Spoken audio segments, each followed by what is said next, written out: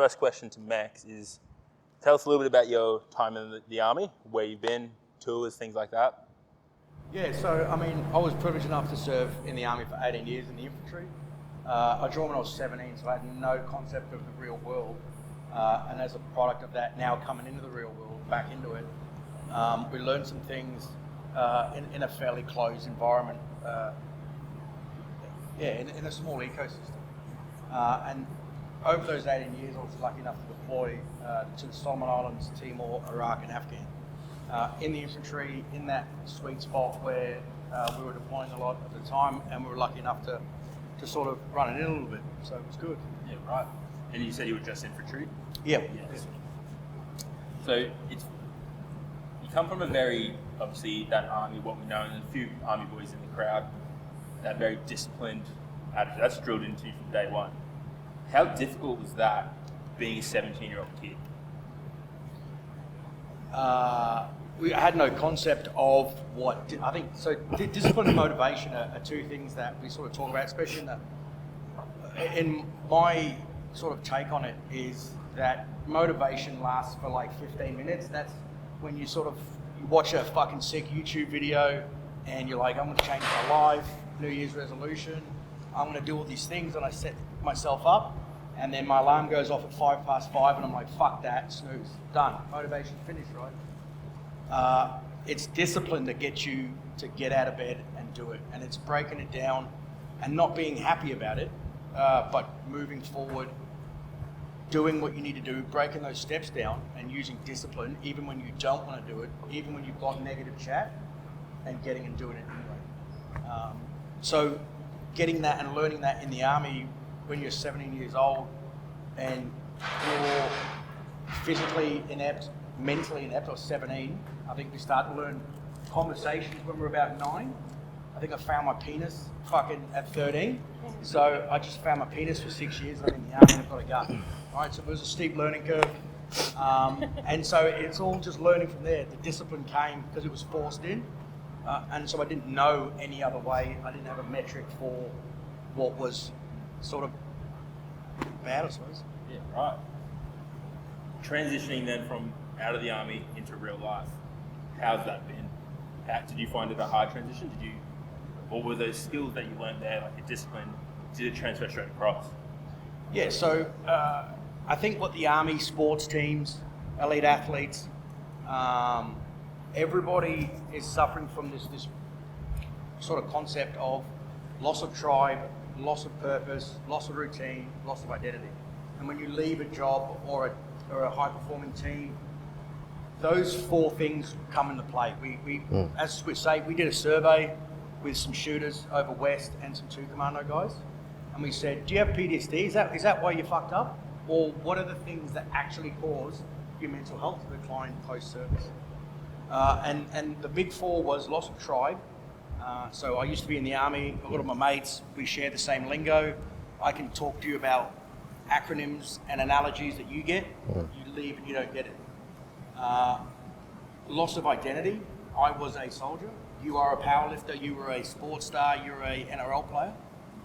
Loss of purpose. You're sort of off in the wind with no sail and no keel. And those things we found are the biggest fucking detractors to mental health. And so knowing that and having that introspection to identify those things could happen, I think you then still know where you're going forward. Knowing that was probably the biggest thing. I started losing tribe, I lost identity, I moved into Swiss A, which is fine. But I mean, a lot of NRL players, 35 years old, and they're like, that's it. Yeah, it's interesting because it's a common trend that you see then with the elite athlete as well. So you see it, like a lot of these guys, it's hard to explain the mentality, but they, especially in team sports, they have a real drive for success, but they kind of get to that point where like themselves and their own well-being is put secondary to that of the team. So they kind of, I guess for lack of a better way of putting it, it's an institutionalization within that team. So there's a goal bigger than them. I worked with a couple of professional teams, and they talked about the 1%. Yeah, and the way they defined the 1% was not something that you had, but was something that you got. So the way they said it with the team sport is the 1% that all elite athletes look for that wins games is that drive. It's that thing to do better than yourself. So there was one Premiership rugby team I worked with in England that really drove this through as their team culture. So the way they looked at it was, if you motivate yourself, if you do whatever you do for yourself, you'll never succeed. Because the idea is when shit gets too hard, and when I look at myself introspectively, most people will go, I tried hard enough, but now I'm done. You know what I mean? When it's only for me and the only consequence to failure is to me, what we find is most people will just stop doing it. But what they found was when the consequence of failure or the consequence of me not trying my hardest was somebody else suffering, that they did more. They pushed beyond the pain. They pushed beyond self-preservation. So when they always talked about the 1%, and they said the 1% to winning teams and winning championships was everyone around them. So their motto, their kind of mantle, what they used to drive to is be the 1%.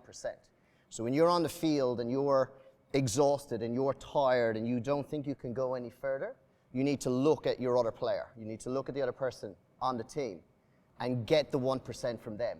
In your head, know that if you give up now, you're going to fail that person. And also know that that person who's looking at you, who feels like they can't go on, they're looking at you as motivation to drive forward. So their mantra was always be the 1%. And you need to do greater than yourself. So what we found, particularly in my world, when we dealt with injuries, so suddenly these people were taken out of that and they were no longer useful. And that's the way they used to look at it. They were going, when I was playing and I was taking the field and I was pushing hard and I was part of a team and we had a goal that we drove together that was bigger than me, that was more important than me, and there was a group of people that relied on me to succeed, it gave me the motivation to go further. Now I've hurt myself. So now I'm no longer in that. I'm kind of surplus to require. I no longer need it. So they used to really kind of delve into quite a dark depression, because now suddenly it was all onto them. And like, you know, it's fucking Tuesday morning at 6:30 a.m. and we're in the bowels of the fucking the stadium in a dark room listening to fucking me. And the only person they had for company was me going, do it better. You know, and so it was really interesting, like what you're saying, there's such parallels that these guys felt that when that was taken away from them, they just had no identity. They had nothing because they drove so much to be that 1%. Like and that 1% was outside of them. They needed everyone around them to feel, you know, useful, to feel needed, you know. That's not, like, we just look at, you know, the Army, and I think Army does it better than anyone. Community and culture is what drives everything. Any successful business, any big business, their community and culture is the one thing that will drive the team forward. The Army does it better than anyone. What is the mindset of the Army? Like, what is what you were talking about, the values? What is drilled into you from day one? Because I truly believe that is what is then translated across. It's team, isn't it? Like everything. I think when you're saying you work for a team, the thing that we're sort of struggling with lived experience. I'm not an expert in absolutely anything. So, but what we're struggling with today with the depression and happiness side of things is everyone's chasing happiness. Happiness isn't the mark or the success of your life. It's purpose, and have a purpose, happiness will come. You can't be happy all the time. That's what we're trying to say is that. And you're going to have times where you're unhappy. Having that purpose in a team, I am part of the team, I cannot let the boys down. You can overcome fear, and there's boys in the room that'll attest to it. You can be standing on the precipice of absolute fear. And at that point, a contact, someone's been blown up, I have the skills, techniques, and tactics to succeed, then I can move to elation. And I can move forward in the face of the enemy. And there's a couple of supporting skill sets with that. My team is coming with me. Pride, I'm not going to let my team down. Or if I go backwards, someone else is going to get hurt. or on the other side of that, if I haven't fostered a small team cohesion, if we're not bouncing off each other, if I don't have the tactics, techniques, so whether that's coming into a lift, I don't know if that's fear moving into a lift, I'm not trained, I don't have the skill sets. Then we move into depression, fear and anxiety as opposed to elation from an incident. Yeah. So I think the Army, and it's all about the small team. The smallest team is a 4-man unit, and it's all about not letting them. What do they say? It's not a product of the number in the team, but the team itself. So. And I think that's what personally, I think that's what the Army does well, and I guess where the similarities and the crossovers with elite level sports comes into it. And me and G have talked about this, and we're all about that that entitlement culture. Yes. Do you know what I mean? And that sense of entitlement. My opinion, for what it's worth, that sense of entitlement comes from that introspective view. When I do shit for me, when it's me and I want, for one, like I was talking about before, we limit our ability to succeed. When we only look after ourselves and we introvertedly look, then we'll never achieve. It's that 1%. When you do stuff for others around you, it elevates you. So I guess by elevating others, you elevate yourself beyond your potential. And this entitlement, or this sense of entitlement state, what it's doing is it's promoting individuals within groups. I'll do it as long as it benefits me. And as soon as it stops benefiting me, then I don't want to do it.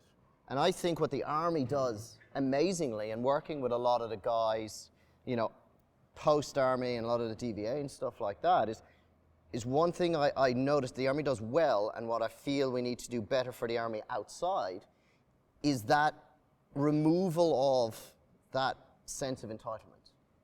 You join the Army and you suddenly realize those lessons. You're taught those lessons, that it's not about you. It's about, your brothers in arms, that when you do something for someone else, you in yourself get elevated. And then they leave the Army and they enter in the world we're in at the moment, and they go, fuck, that's not what it's like. And there's this conflict almost where they're like, but this works better. When we work with each other, for each other, everyone does better.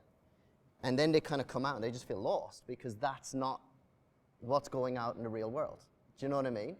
And so there's that conflict of, in their head they're going, but we should, but we're not. And then they're like, well, how do I fit in? How do I work in that? It's the argument of, psychological egotism or altruistic behavior. Yeah.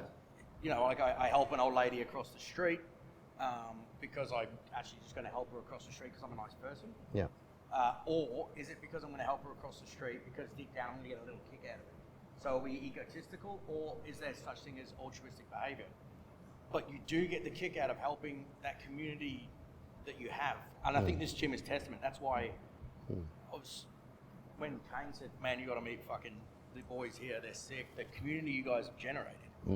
I know that powerlifting is an individual event, but Kane's just, one of them just says, you come in on your days off when you're not lifting or you're not pushing for it. And I think that's crossed over here. I think this sport could be massively egotistical and I'm going to help myself and nobody else. And then you generate a community outside of that. Yeah. I think the Army did a really good job of doing it. How do you do it post? For us, it's getting people into these communities where people give a shit about people other than themselves. Agreed. And that's what it really comes down to. Do you know what I mean? And you can see where the conflict arises, where you're kind of like, if we all pull together, and I know it's a real idealistic view, if we all pull together and everyone else gets raised up and it's better, but the reality is that is what it is. It's that simplistic. But you're constantly fighting against that ideal. And I think when you look at things like the Army and you look at things like elite sports, it's very, very obvious when that shit doesn't work. It's the whole analogy in sports, a team, a superstar team will always beat a team of superstars. You know what I mean? When you have a team that aren't necessarily the greatest in each position, but work together, they will always beat a team that individually feel that they're the best. And we see this continuously through sport, and this is something that's driven a lot. And you know, it is something that we hammer home in elite sports. The kind of the benefit of the many kind of overweighs the benefit of the one. You know, and it's trying to work out ways to do that. And I guess exactly what you're saying is, how do you make it autonomic? And that's the biggest challenge that a lot of teams, when they talk about culture building and team cultures and things like that, how do I remove the ego and make it something that I do autonomically? I do this because I know it benefits, not because I'm going to do this so I look good doing it and everyone's going to heap the praise down on myself, because it's very superficial and eventually breaks down. 100%. But it's funny because we spoke about how does that create it, but I think it all starts with whoever's at the top has to have a strong mission, strong vision for what they want to create. Yeah. And then it trickles down through that community. Yeah. And then the community buys into that mission. Yeah. The reason this community can be so strong is because we're all here for the same reason. Mm. We're all here to get really, really strong. Mm. So once they buy into that, then it's a very, I believe, Yeah. I guess I'm talking from this experience where I do feel we are one of the most tight-knit communities in the game. And that comes from the belief that Lily knows that if Sam gets better, she'll get better. Yeah. And it's not saying that she does that on purpose, because she knows, as you were saying before, she gets something out of it. It's just because she knows if he wins, she wins. And then the team wins. Yeah. And it definitely starts with that mission. And now, for me, it's always been better people make better lifters. If I can get these guys better in their personal lives, outside of the gym, they're going to be better on the platform. And in transverse, the same. If I can teach them discipline, set up really good habits in their training, I know that outside, better lifters make better people.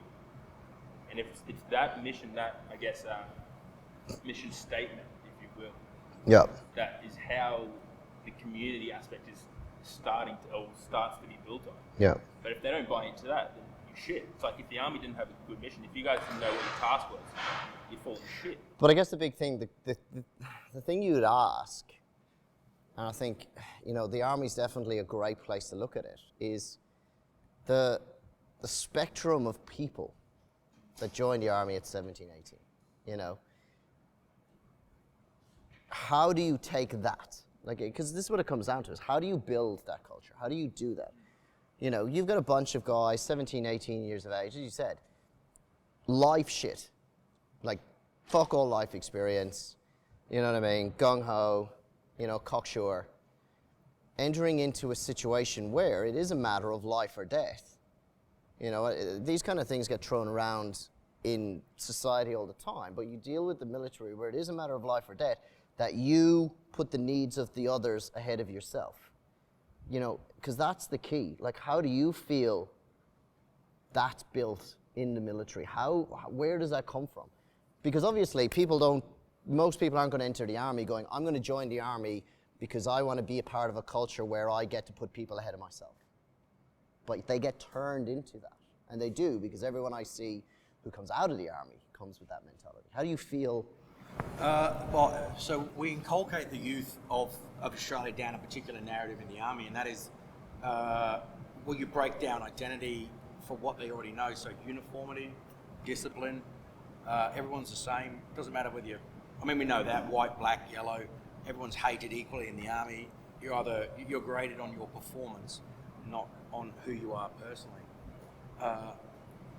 We take those people, and it's a sense of, from the very start, you inculcate them from as soon as they get there that, you remove their first name, they get their last name, they get a call sign, and then they live, breathe with that section, and it's constant repetition of that narrative. That's how you train people to have those large personality shifts. Mm. So I think that constant, and then there's a little bit of pride in there, which is handy in a powerlifting sense, that they're not going to give up on this particular sort of career progression. Yeah, because that's the key, isn't it? How do you take those kind of values and incorporate them? It's that what you just said about buying into a narrative. They got to believe in what they're there to do. And like, I guess, why did you join the army, Max? Fuck, I wasn't going anywhere fast. No, I joined up. I thought I wanted to serve. So and that was a narrative. That was a Hollywood narrative that you buy into. Doesn't matter the reason. Some people join for egotistical reasons. Yeah. Everyone does for a particular, and then that gets hijacked by the army on the way, and they go, well, for whatever reason you funneled in here, this is our mission. This is where we're moving forward, and these are the people that are going to help you fail or help you succeed, and that's it. So that's why army camaraderie, a lot of people mention when they get out of the army, they're like, a lot of people get out 4 years later, they're like, fuck, that was horrible. I'm getting back in. I hate the army even more, but there's no community in civilry. And this whole, the veteran suicide piece is something that we've had a fair share of exposure at it, and it's not a veteran problem. Western suicide is a people problem, and it's a Western epidemic. And these all come from those traits that we learn them under a microscope in the army because it's extreme. That petri dish is extreme. Sports stars, it's identical the mental health slide that you find.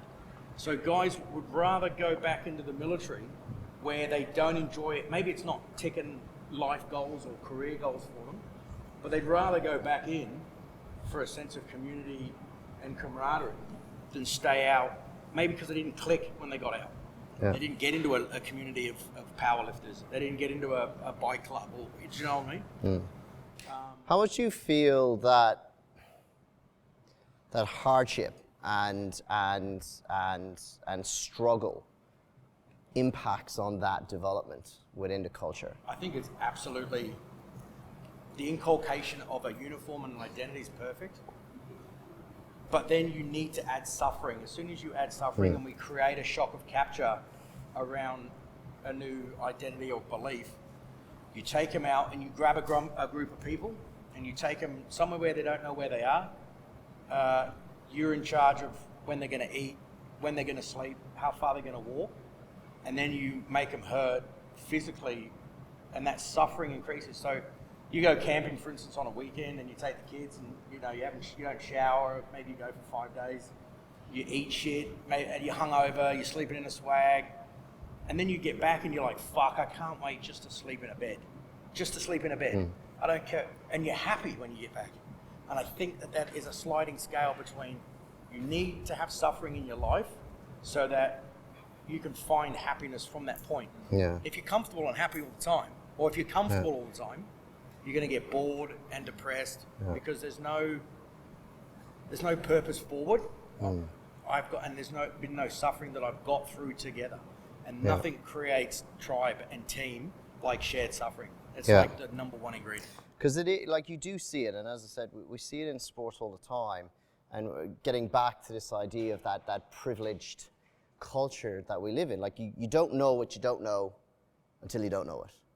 So, we have it easy. We have it easy. We have it fucking easy. Like this pandemic alone. Like I have friends of mine in England at the moment. My parents are obviously in Ireland. Like you talk to them, and people complain about the masks here and going, fuck it. We have it easy. Right, so where's your point where it's a point in your personality where you're like, well, I'm paying bills, everything's cool, I've got an air conditioner. Like that's my point of suffering. Where then happiness from then.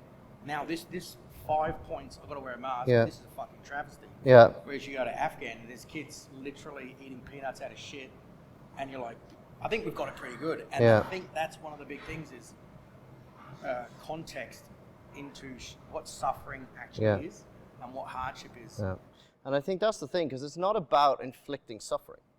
Like, we can talk here and we'll talk about some stories and stuff we've dealt with in the past, and I'll obviously look at it from the elite athlete point of view and what they do, but the point is not to make everyone in here suffer, but it's about how do you create that culture above yourself where you're 100% right. The suffering, like I've dealt with athletes in England, and some of the stuff that they go through, so the idea behind achieving their result it's just a no-brainer.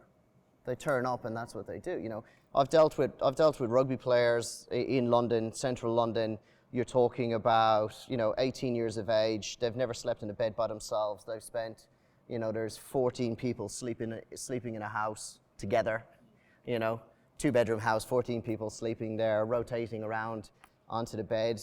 You get 1 day a week where you get to sleep in the bed with 3 other people, you know, that kind of stuff. Like, these are inner city London. It's got some of the highest rate of poverty, some of the highest rates of unemployment. It's got one of the largest gang rates, second to America.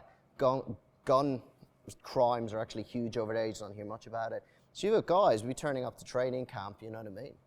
Like, they're the most exciting thing that they got. I actually remember talking to a guy, this is fucking years and years and years ago. And the most exciting thing for him, he was called up to trial for this rugby club. Most exciting thing for him is he was put up in a hotel room. It was the first time in years that he got to sleep in a bed by himself. Like, he didn't want to go out drinking, he didn't want to go party. He was like, yeah, we'll go for a night, have beers. Rugby culture is just fucking, yeah, you know, get fuck-eyed. Most exciting thing for him was he just wanted to go back to the hotel. I had a bed to myself. This is the greatest thing in the world. Like, people are going, okay, we're going to train at 6, we're going to train at 7 o'clock in the morning. On the field, 7 o'clock, we're going to go 3 hours. He was there at 6. Everyone's like, fuck, 7 o'clock's early. He's like, fuck. I've just slept in a bed for the first time. I am wide awake and fresh. Like, it's that understanding, it's that suffer, do you know what I mean? Yep. That they have context. They go, this is fucking easy compared to what I'm putting up with. You know, so you kind of look at it from a point of view of going, removing that selfish to selfless, I guess, is the key to building that culture. And that's the thing, is how do you do it in an environment where we don't have that? That's the thing, it takes, I believe in, like, if we relate it looking back to the sport, it takes us to then challenge ourselves beyond ourselves to create some minute suffering or pain. And what we know, and even in the clinical setting, pain is knowledge really fast. Yeah. Now, as soon as, if something, So good way something to put it. hurts, I'm going to remember that. I'm going to steal that. That's a all right, fucking, you're welcome. it's a great thing. That was a good one, eh? That's great. I did it good. Pain is knowledge really fast. Pain is knowledge really fast. So if we extend ourselves just beyond what we're capable of, and we don't know what we don't know, Yeah. next minute we're in a little bit of we're a bit of fear, we've got a bit of anxiety, shit. But it also opens up a realm of opportunities to start elevating ourselves. Yeah. And I think the challenge is tied, I believe, and this is my opinion, closely with suffering. There's a challenge that we're faced in the army. We have this task. It's a challenge. It's beyond us, but we have a unit around it.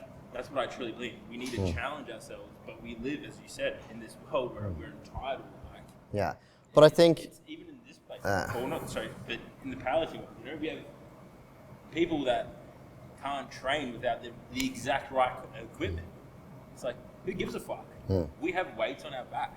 You know, you see the videos all the time with people in, I guess. Oh, the best one I've seen of that is, like, I've got a couple of clients. 2 of my clients are Olympic lifters. They're Australian representatives. So they went to Vanuatu, and where's the fucking other one? I think it's Solomon Islands, which are huge Olympic lifting places, huge. And so they're out at, what's the place? Cougars weightlifting gym. It's the premier Olympic lifting gym, probably Queensland. Smashing the weights, everything's beautiful. They've got beautiful setups, all the platforms and things like that. These two went out to I think it was Vanuatu or Solomons. Yeah, and they were literally lifting with, like, jerry cans. And they were moving like tree trunks. And it was outdoors, and they're fucking out in the paddock going, right, so what are you gonna do? And they're like, but we're fucking Australian representative. We've been to the Commonwealth Games. We're going, yeah, that's all right. All of these lifters have also beat you at those Commonwealth Games, and they lift this shit because they just turn up and this is what you do. So, and I think, I don't know, my opinion with the sport, and I'll be really keen to hear your opinion on it, is the All Blacks got it perfect, got it absolutely perfect. Their reign of dominance started when they started the no dickhead policy. So the All Blacks have a policy of no dickheads. So it doesn't matter who you are. They had a player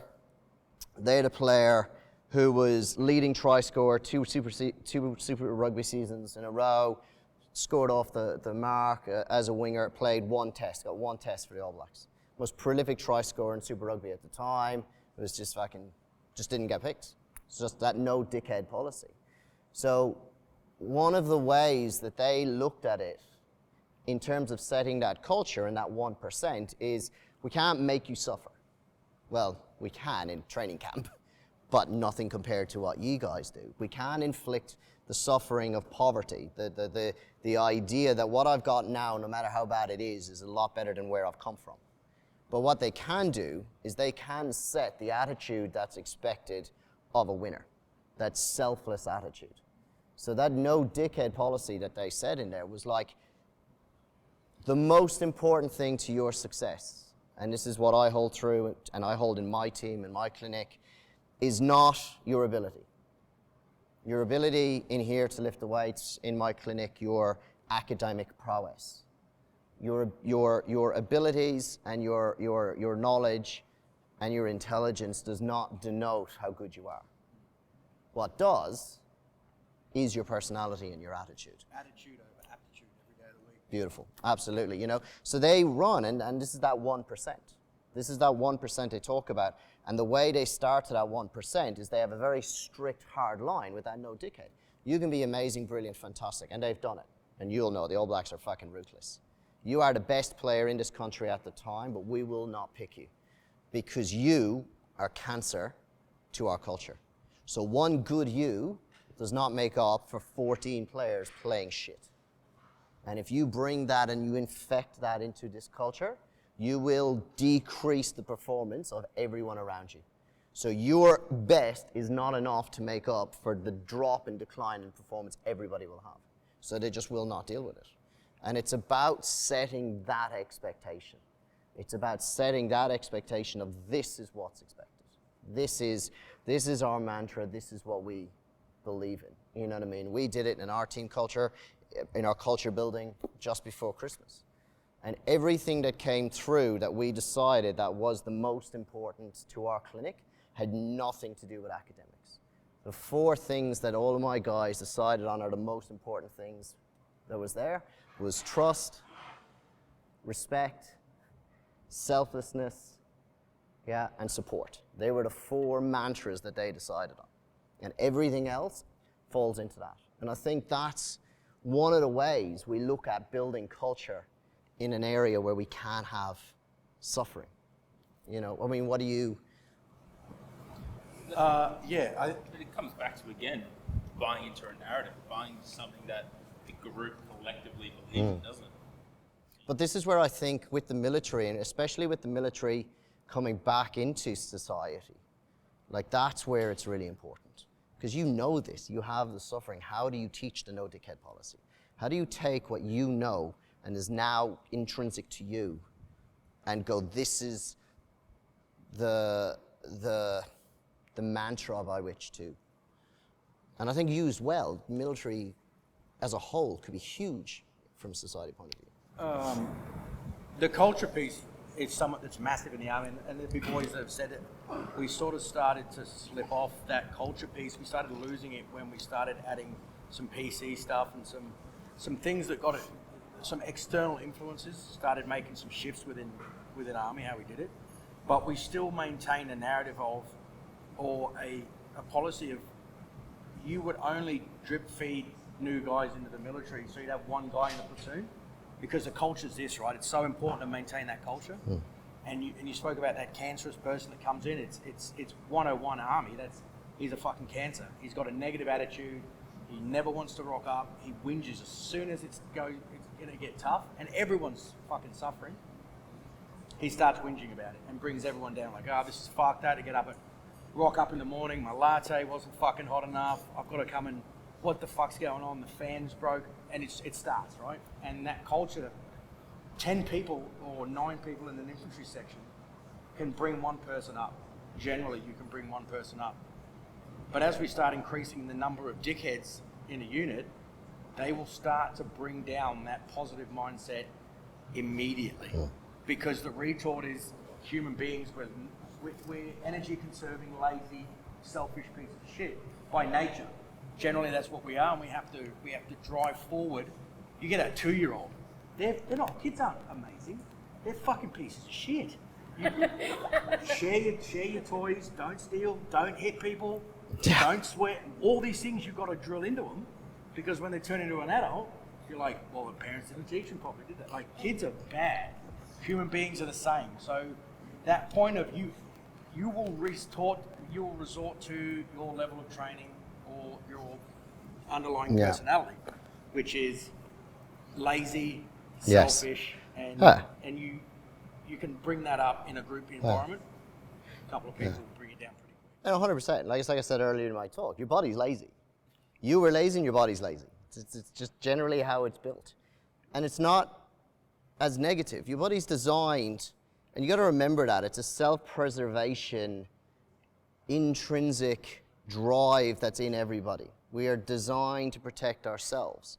So when I say your body is lazy from a muscular point of view, it's a positive for your body. It's to protect itself.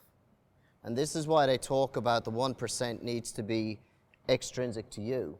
Because when shit goes wrong, that voice in the back of your head, that is an evolutionary trait that is designed to go, mate, just back away a bit, because that could hurt us. When you're doing it just for you, it'll win. It'll 100% win. But when the need is greater than your own, you can kind of put that aside. And that's where you need to find and delve into any team to try to develop that. Do you know what I mean? Yeah, 100%. And it comes back down to everything we've said today about the sense of entitlement. But how, and this is a question for both of you, if someone's completely unaware, how do you make himself aware? Because everything we can tell someone, community's great, culture's great, this is what we do, but if they're not ready to hear that message, how the fuck are you supposed to get it across? And that's the thing, because we live in this world that is very entitled. Yeah. And whenever it's just me driven, my latte, as you said, my latte is not hot. Yeah. So that fucking good question, Brandon. So I'll jump in, give you the same thing. How you do it and how it works is you need to align values. Personal opinion, and please correct me if I'm wrong, personal opinion in the military, it's easy to align values because the military, this is what we do. Everyone steps to this. This is your value. I don't care who you are when you join, this is what you get to. Does that make sense? The problem with Joe Blogs off the street is everyone has a different value and a value set. So you have to try to align values. Yeah? So if I go, we'll do an exercise, quick exercise. Quick exercise? Okay. We can do whatever we want. All right, let's go. I'm going to give you 2 minutes to think about it, yeah? So I want you to think of something that was successful. It can be lifting related, when you lifted a PB. It can be life. You got a job, you fucking succeeded at something. Something that was successful in your life. I want you to think about what that was. Give me a kind of a 2-minute story on that. Let's go. Same with you. Something that was success. I did something, and you know what? That was on point. Again, it can be sport relating, it can be personal related, it can be anything. Yeah. And let's go. Same with you. Yeah. So we give 2 minutes to kind of think about it, get it clear in your head what it was. Yeah. And so the thing about it is individuals in society. Yeah? The military is a group of individuals brought to a common purpose.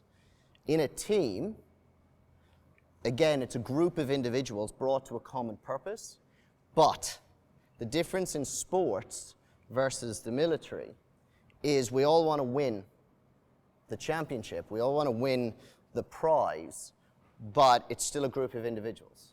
There's a fucking ego to it, and that's the big difference, military, I assume, military to sport. You get an elite athlete, and I am the best that I am. Yeah? And you know what? if you are an elite professional athlete, I want you to be fucking egotistical. If you don't believe that you are the best person, you will not succeed in sport. That's the problem. It's the mindset that these guys have that puts them ahead of mere mortals like myself. Look at Michael Jordan, that latest documentary. Yeah. He's great. That's right. So the problem is you have a group of individuals that have fucking egos bigger than this room. And we've got one goal. But each one of them believes that they're going to get there a different way because I'm the best, so follow my way. So the trick is to try to get an aligning values. So you think you're the best, you think you're the best, and you think you're the best. But when I get to the nitty-gritty of it, your core values of how you're going to get there are the same. So what you've got now is when I'm doing me, you're doing you, and this guy's doing them, how they feel best, you've got this point that going, when this person's off script, you go, mate, you're off here. This is our values that we all agreed on. This is why we're doing what we're doing. So then you get the team pulling you back. So what it allows you to do is get this core value, which is what I did with my team, so that when everyone's fucking going off, you can go, you're being shit because you have veered off what we've accepted. Yeah? So what was your success? When I was younger, I got a contract for the Reds. So I Nice. used to play rugby league, mostly junior. Yep. I didn't really make it in it, so I changed codes. Yep. Made it in rugby, but later decided that rugby wasn't for me. But that's all right. But you made it. You got there. Why do you think you got there? I think What? I always had enjoyment out of rugby. I guess it was always like the team Yep. Beautiful. at that age. Yep. Young guys and that, young fierce. Nice. No, it's good. Yeah. So it's team. It is. Yeah, it's team. But, and this is the thing, you got there, you enjoyed it, it was awesome, it was the team culture, it was, but the reason why you succeeded, or just to push it a little bit, the reason why you felt you got there is the enjoyment of it. Once the enjoyment was there, you were happy to step above and beyond. As soon as you weren't enjoying it anymore, you quit, like you said. It wasn't for you anymore. So, obviously, you would do this with everyone to find, but yours is enjoyment. Yeah? Success? Yep. Yep. So you did. How do you reckon, why do you think you succeeded? Yeah. Yeah.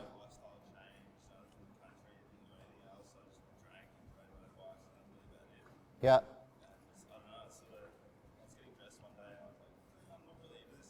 Yeah. Why was that? Like, what was the issue with that? Like, did you look in the mirror and go, fuck, we're going to be tubby from the drinking, or?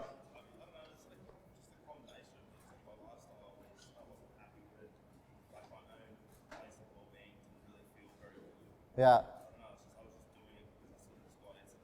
Yeah. So what was the benefit of not doing it then? Yeah. Yeah.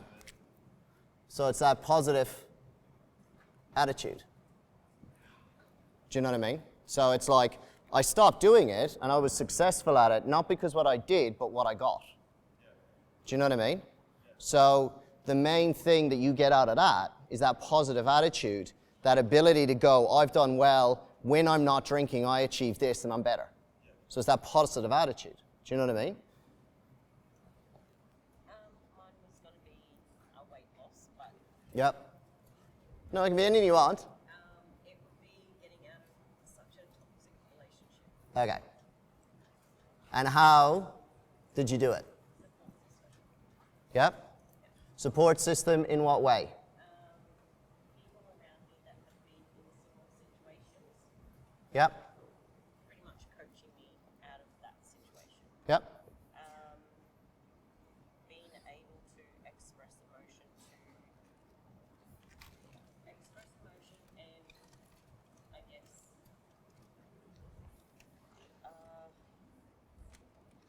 So do you think it was the people that made you succeed, or you learning to be able to express that emotion? Yeah, deep down, learn to express it. Yeah. Over a period of time. Yeah. A long period of time. So that was the success, right? So the point that I'm making with this is, to do this properly, you get everybody together and you all come up with 3 or 4 in groups, 3 or 4 stories that you deem as a success in your life. And then what you do is you note down kind of what it was that gave you that success. So let's assume that we did all of this and everything, these were the 3 things we got to. So what you go now is you go, right, enjoyment, positive attitude, and expression are the 3 things that led to success as a team. That becomes your culture. So now what you do, and this is where the no dickhead policy comes into it, anyone who doesn't display that works negative to the team, is contrary to the team. And no matter how well you lift, no matter how good you're lifting, the skills of the one will not make up for the negative of the many. Does that make sense? Makes perfect sense. So, and this is where I feel with the military there's so much to learn, because they do that so well, because it's like, this is us and our core value, and you are going to fucking meld to it, and we're going to beat you with a large stick until we mold you to this culture. Do you know what I mean? Yep. And the problem with society is we don't have a big stick.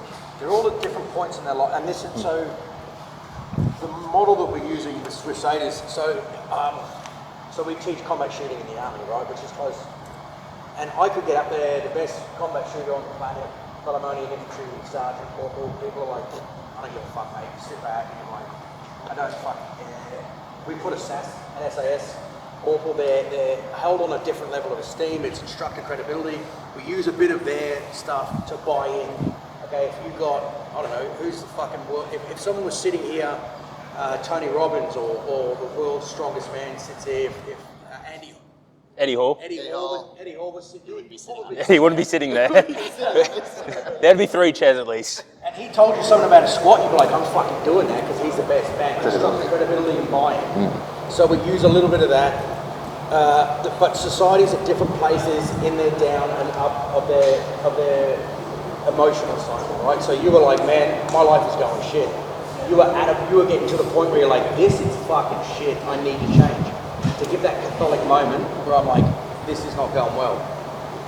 Try and educate people, give them the tools they have, and put an instructor in front of them that they can relate to, so that they can learn introspection and maybe just a couple of queries of themselves, so that they don't have to hit rock bottom before they decide to make a change.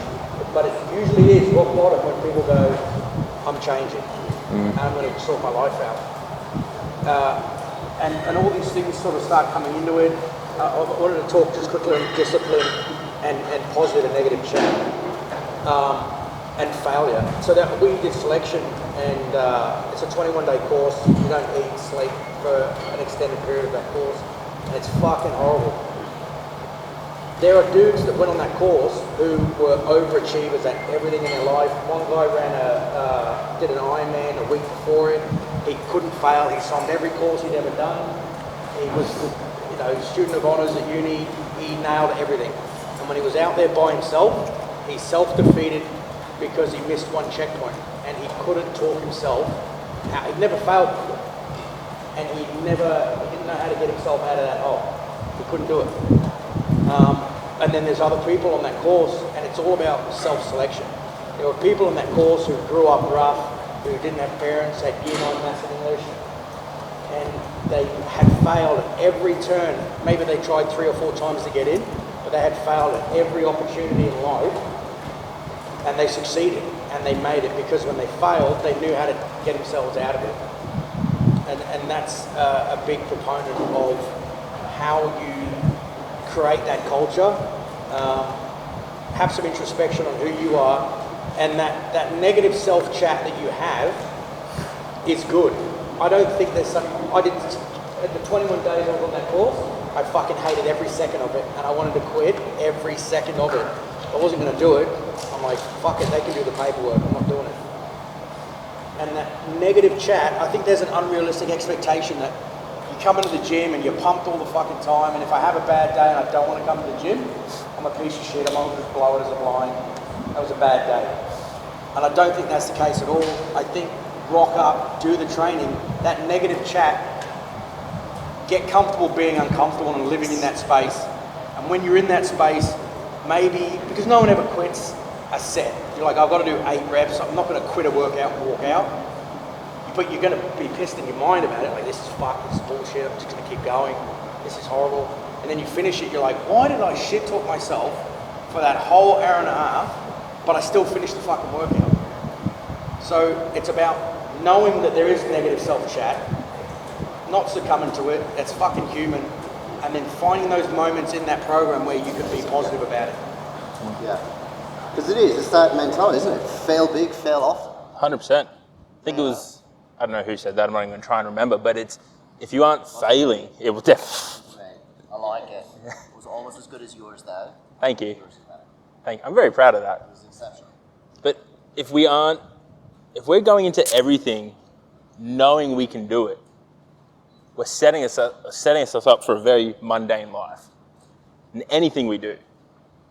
The minute you step outside your comfort zone and there is that hint of anxiety that you could possibly fail, you're going to do everything you possibly fucking can to make sure you don't. Because there's no worse feeling than feeling like a failure, in my opinion. But fail big, fail often. It builds resilience. It does. You know, you can never experience, and this is something that you touched on, which was perfect. Like, you can never experience the true highs without first knowing what it's like to be as low as you can go. But it can't. You know what I mean? Like, so never seek failure, but don't be afraid of it either, I think is the big thing. And, you know, and touching on what you're talking about, that negative talk, you know, don't try to be negative, don't try to do negative talk, don't seek failure. But when it happens, recognize it, accept it. You know, it's teaching you a lesson, it's telling you something. Do you know what I mean? Listen to it, but you don't have to follow it. The big thing is you've got to sit with it for a bit. You can't distract yourself from it. Yeah. If you feel like you failed something, you're feeling shit about it, sit with it. There's a lesson there. Absolutely. There's some hidden truth that is going to make you a better athlete, partner, fucking whatever it is. You got to learn to sit with whatever shit feeling you're feeling and take what it's trying to tell you. And I think that's one of the big things that, I don't know if we have the tools generally in the culture now. Not in a society. Negative self-talk. That to have negative self-talk is not to be a failure, it's not to be bad. Like, we spend so much time, like it's a self-perpetuating prophecy, where we spend so much time fighting to get out of that negative thought. Oh my God, I can't believe I'm having negative, what the fuck am I thinking about negative thoughts? And then so there's more negative thoughts, it's fucking bullshit, and I shouldn't be thinking like this, and why am I thinking like this? And then fuck me, I'm fucking, it perpetuates. It's a self-licking ice cream. Fucking, somebody might, this is another one. I'm getting all of the fucking gold today. Say self-licking ice cream? I am getting all of the gold. This is great. But, because anyone who's come to see me knows I'm all about analogy, so this is fucking gold for me. But the point is, like, negative self-thought isn't in itself the problem.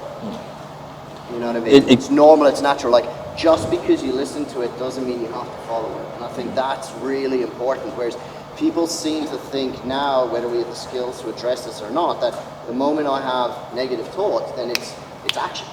So, you know, I'm thinking it, it's going to happen. And because I'm thinking it, it means I'm doubting myself. And if I'm doubting myself, then I'm not really where I should be. And if I shouldn't really be here, then I just don't do it. And just because you've got them doesn't mean you have to follow it. And that's really important. You know what I mean? And we just, nowadays, we just seem to be in this real kind of like fucking, you know, Instagram video. If it's longer than 60 seconds, then I can't follow it. Like, it's this second pops in, it goes, oh, that's it, fuck, I'm out, done. Taught it, done, fuck it, later. You know what I mean? And there's a bit in there, we talk about discipline as this infinite resource. We're sort of trying to, we're saying it's like a pie. right? I guess, or out of 100, you wake up in the morning, you have X amount of discipline, right? So you start the new year, you're like, I'm gonna train properly, I'm gonna eat properly. That's 20. That's a piece of the pie gone. I'm not gonna have that coffee. I'm not gonna have that beer. It gets to a point where you will not run out of discipline, but You'll run out of energy can't for it. fucking flex it anymore. There's no more, like, I'm going to be a good mum, I'm going to be a good parent, all these things in one day, it will fucking break it at what point? So how do you fix that? You keep the amount of discipline and mental resilience you have. So let's talk about, it's mental resilience. It's a finite resource. And so we use discipline and routine to build some of those habits to make them subconscious. And then we can start using that mental resilience and discipline in other areas and other skills, whether it's training. So if you've had an absolute fuck day, you've missed everything, you're rocking up to the gym and you're like, oh, I can't be fucked. You're right at the edge of your mental resilience for the day. You're like, I just want to quit, go get a bottle of red and I'm done. It's about creating that space with your mental resilience in your routine. So we try and build things into routine and habit, subconsciously do it, so we can use that resilience in other areas, learn a new skill, push ourselves in a PB, whatever. Now that mental resilience, and it comes from, a lot of it, I believe, comes from what we were talking about before, about failing, being open to failure, and to steal one of your quotes, it's character building. Yes.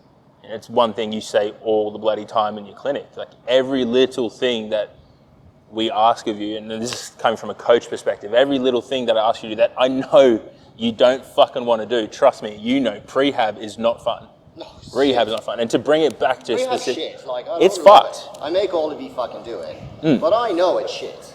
Like, let's be another disillusionment. So I don't sit at home going, oh, that was so much fun. So until I do it, it's fucked. No one wants to do it, but you know But what? it's that discipline.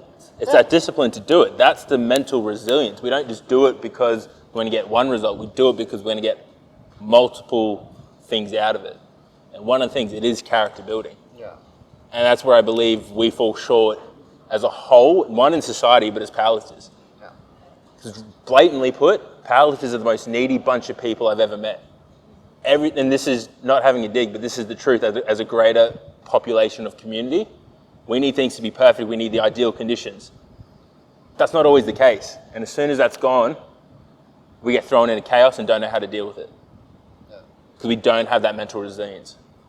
Yeah. So I think, and that's another big thing as well, is, using the military as a model, which can be used magnificently as a model.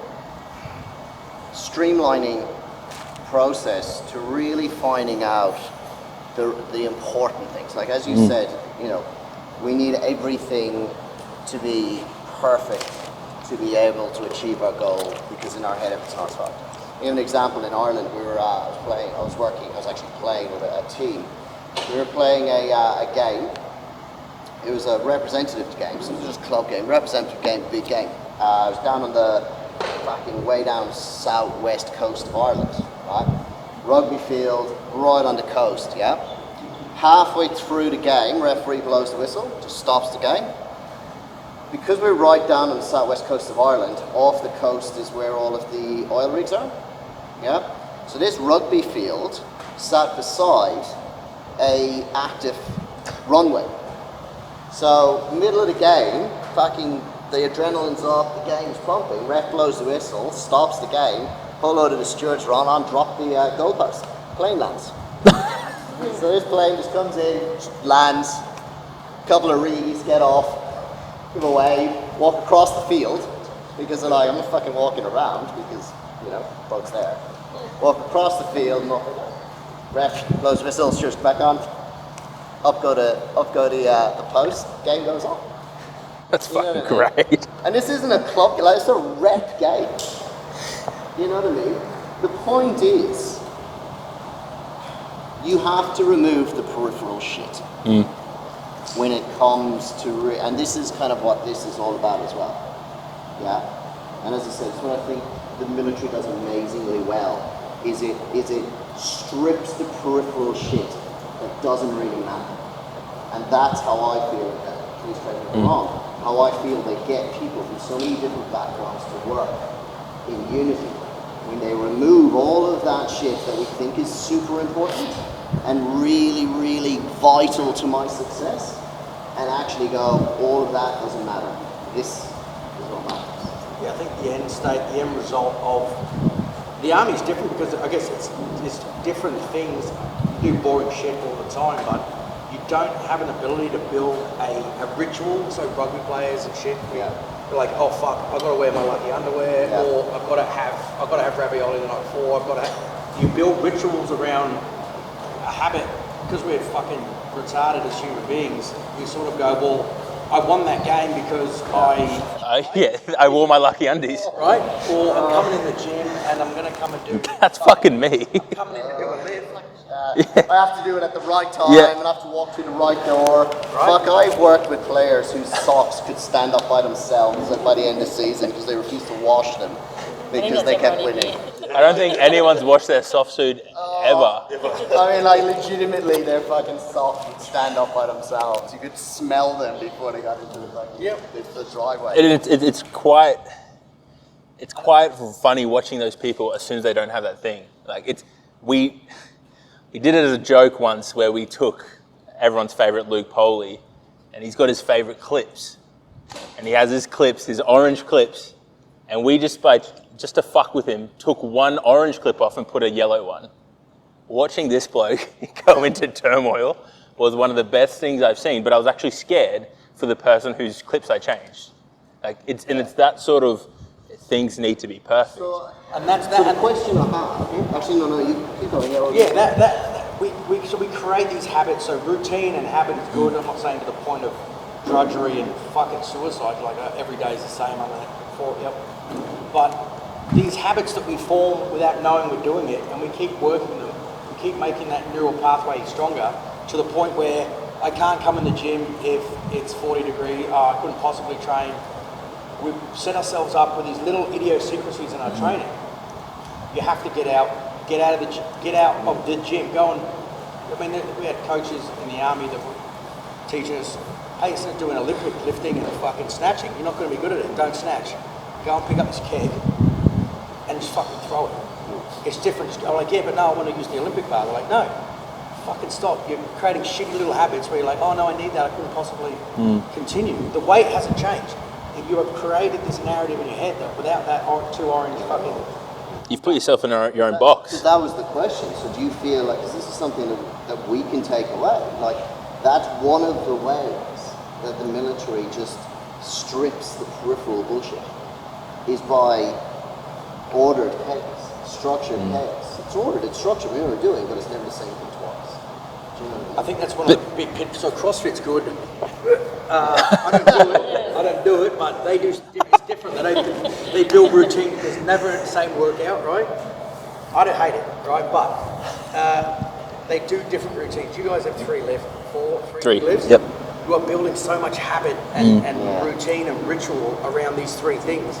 I think that's a pitfall to look out for, is that you become so narrow-minded in those three lifts. Fuck, is that where we start creating these habits? How do you shake it up? How do you get the boys like, yeah, I need to work on a PB. Yeah, we're going to get out of Because the gym. that's the thing. What would happen one day if you turned around and just flipped it? And right, you do deadlift day Saturday. So it's what? Monday, Wednesday, Saturday, the big Monday, Wednesday. Yeah, Monday, Wednesday, Saturday, big lift days. So what would Know my happen schedule if better. you did a Tuesday, Thursday, a Sunday, or if you did deadlifts on a Wednesday? Ask him. Let's, Like, fuck off. Why are you changing it? Well, my point is, from my point, from a physiological point of view, from like a science point of view, it has zero impact physiologically on your training if you do deadlifts on different days. Because I know it's like, yeah, but it's about rest periods and Saturday, and then I couldn't deadlift again until one. Your body's strong. Super adaptation theory comes from mixing these things up. In one time, by doing a deadlift on a Saturday and a deadlift on a Wednesday, the difference between is not big enough to create problems. There is physiologically and scientifically zero reason why you guys can't deadlift today And to be honest with you, deadlift again Monday, but probably Wednesday. So that's the question I would have. What would happen if you turned, right, next week we're flipping on its head. We're going to bench on Monday? Yeah. So we're going to squat Monday, we're going to dead Wednesday, we're going to bench on Saturday. Fucking Lily's face. Holy shit. But When you can see it, she's like literally looking at me going, shut up, cunt. I walked in today and I was like, Brandon, you're not going to be the one to say cunt. And I'm so glad I wasn't. Sidetrack, digress. But you talk about chaos and people getting thrown into chaos. Has anyone been exposed to the chaos theory? Yeah, so you correct me if I'm wrong, but chaos isn't exactly chaos. Even in the moment of pure anxiety and chaos, it's still order. Yeah. Order and chaos are not two different things. They're the same. Because even in the most chaotic moment, and when a bomb goes off in Afghan, very widely example, no experience there, but it's how I got taught. Everything in that sequence of events was exactly how it was meant to go in that situation. I believe in understanding that once you understand that the point where shit hits the fan, you're still good. Because it's exactly meant to happen exactly how it's supposed to. And that's the chaos theory, that it doesn't exist. Ordered chaos.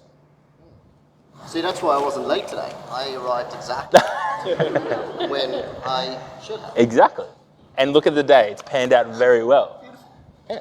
But that's the thing, if we can, and to tie it all up. But and this is just on that. Yeah. I think what we're going to take out of this talking and things, a couple of bits and pieces, like I love what you guys are doing, and I think what you're teaching, and in teaching military to reintegrate with society, I think realistically there's so much more that society could probably benefit more with to integrate with military. Does that make sense? And this is a perfect example. We're just talking about that now. We become so preoccupied and so bogged down with the unimportant shit that it inhibits our ability to actually reach potential. Which, and exactly as you say, you look at military, even at the lowest military unit, you are still operating at a level of efficiency and coordination greater than the fucking average group of people within society. And this is the lowest unit, in military. So you take the grunts, you take the lowest ranked, enlisted digger, and you put them onto the field, and they are still operating at a significantly higher level from a potential point of view than pretty much anyone probably here. And that's something to kind of to think about from our point of view that you can take. You know what I mean? And especially with that. We get bogged down with so much unimportant shit that inhibits our ability. And I think this is, if we can figure out how to match that up, because I really honestly believe that with the diggers and stuff that I do with PTSD, that's their biggest stress. We are used to being better. And now it's almost like we're being forced to just kind of exist at a shitter level than we used to be. We just don't know how to do it. 100%. You summed that up. I don't know how to follow that in. That's He does that. yeah. It's just mic drop, fuck it out. Yeah. You landed that plane so perfectly. I think we should just leave it. No, That was chaos theory. It was like, fuck. I was building since about 30 minutes. Not bad for, we had a chat an hour before this. Yeah. Not bad at all. So I had cortisol for like the last 3 hours. I forgot my own name just before I come out. So Yeah. it's all right. See how we go. It's my life. It's my life. But I do urge that everyone here can take away something from that. Whether it be identifying your own value system, or is it... But see, what I would recommend is you guys do that. And that's that's something we are going to do. We're all going to sit down, and we're all going to go through that exact same process. Paul's probably going to lead it for us. Aren't you, Paul? Because you love us. Exactly. We won't do it. Don't like talking much now. Never could tell. Everyone's just like, that's a load of shit. But I hope you guys all were able to take something away from it. Be comfortable with being uncomfortable is the biggest thing that I want to sit with you guys, especially this year. We already saw last weekend what happened when a little bit of chaos gets thrown in society. That was just fucked. So I urge you all to start being more comfortable with the little things, the uncomfortable things. And take a look at yourselves and try to work out what that peripheral shit is that you're putting way too much value and weight in. Any questions before we wrap this up? I love it. I love no questions. It's always it's like, oh, sick. Guys, thank you so much for your attention. I know we went pretty hard we went over as we usually do. It's unusual. Only an hour and 16. Imagine if G was here. We said like, If G, I'm glad he's not here right now. Don't tell him I said that. But we're going to give, we'll have a small break. Grab if you need a little bit more food before we start training, or if you guys want. it's what, bench day today? Yeah, bench day. For the sumo lifters, Matt Stenzel. Such a nervous laugh. Such a nervous giggle, Lil. The sumo lifters, Matt is going to run a workshop for you guys. So if you or anyone who wants to be a part of that, we'll kick that off at 1:45, if that's cool. Maddie? Yep, sweet. Is everyone cool with that? The rest of you guys, we are going to jump in and go ham on some training. We're going to send it. Sweet? All right, I want to give a massive round of applause to Max and Paul. Thank you so much. Thank you, brother.